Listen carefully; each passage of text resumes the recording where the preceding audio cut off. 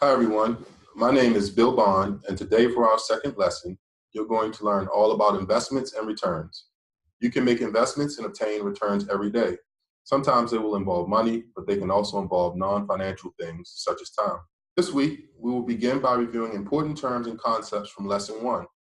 Then we will learn some new terms and use both financial and non-financial examples for you to better understand each term. We will then take a quick math break and end with reflecting on what you have learned in this lesson. By the end of this week, you should be able to define investment and return and explain how investments lead to returns, define opportunity costs and explain how it relates to investments and returns, evaluate algebraic expressions by substituting values for variables and following the order of operations, and describe how future success is linked to regular school attendance and present success in school. Remember, you have to be chosen to be a participant in the Stocks in the Future program. Through this program, you're being given an amazing opportunity to become an investor in the stock market. Having the opportunity to purchase stock will be your reward for regular school attendance and good report card grades. Now, turn to page 2.1 of your student workbook and work independently to complete the Lesson 1 flash review. When you are done, your teacher will go over the answers with the whole class.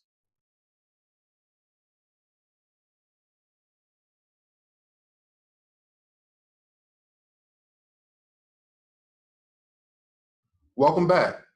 Now that you have reviewed Lesson 1, here are the important vocabulary terms we will be learning today in Lesson 2. Follow along with me as I define and explain each term. Our first term is investment. What do you think investment means? Have you heard this word before? The definition of investment is something done or given in order to gain something better. Use this sentence as an example. My parents are making a strong investment in my education in order for me to obtain success as an adult.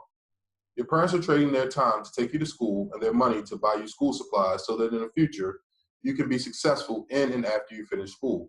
Similarly, a financial investment is money put into a business or stock for the purpose of making more money.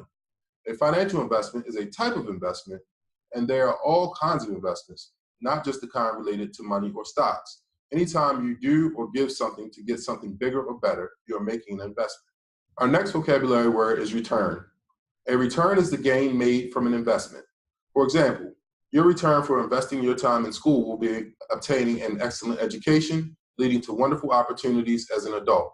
Also, just as there are financial investments, there are also financial returns. For example, when you invest money into the stock market, your return will be earning more money.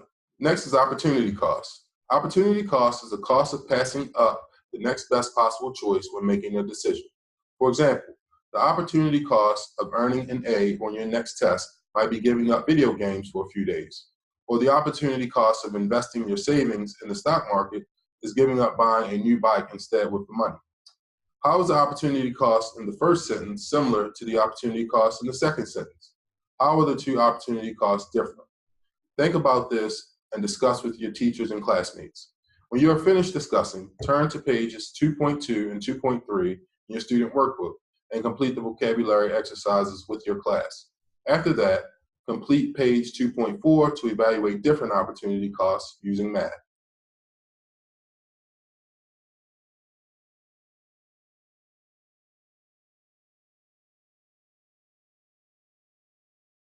Okay, so now, for our math break today, we will apply the concept opportunity cost by evaluating expressions. When we evaluate expressions, we substitute values and for variables and follow the order of operations.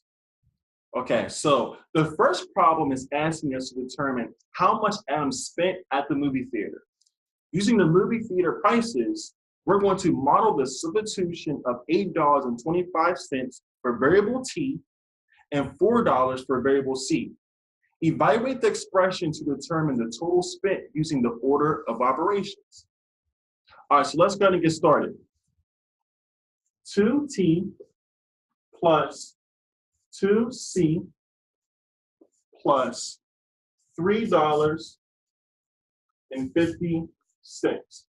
I want you all to keep in mind by referencing the menu, T stands for adult tickets, C stands for candy, and it's $3.50, that's for the popcorn. So now we're going to substitute the numbers in for the variables.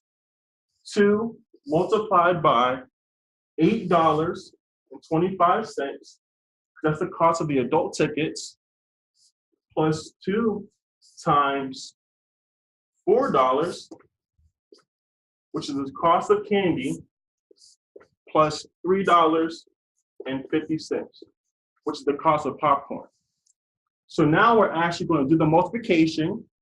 2 multiplied by $8.25 will give us $16.50, plus 2 multiplied by $4 equals $8, plus $3.50. Now, by adding this all up together, the total amount spent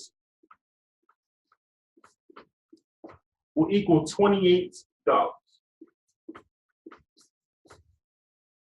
Remember, multiplication comes before addition. Okay, so at the movie theater, Adam spent $28 to buy 2 adult tickets, 2 boxes of candy, and popcorn. Think about how else Adam could have spent his $28. This is his opportunity cost. What are some other ways he could have spent this money? Calculate another scenario of spending in page 2.4 of your student workbook. Now complete questions 3 and 4 independently in your student workbooks. We will review in a few minutes.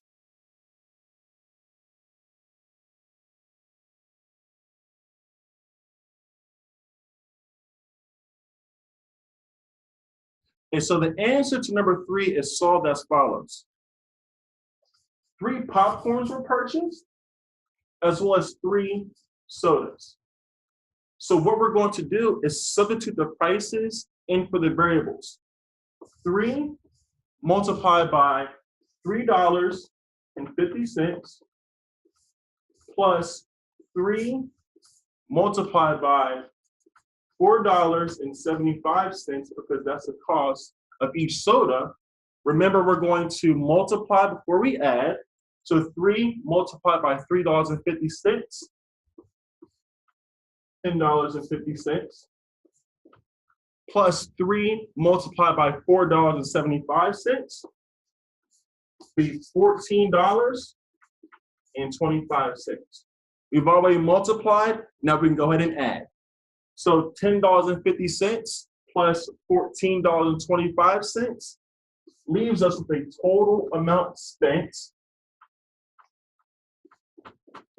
of $24.75.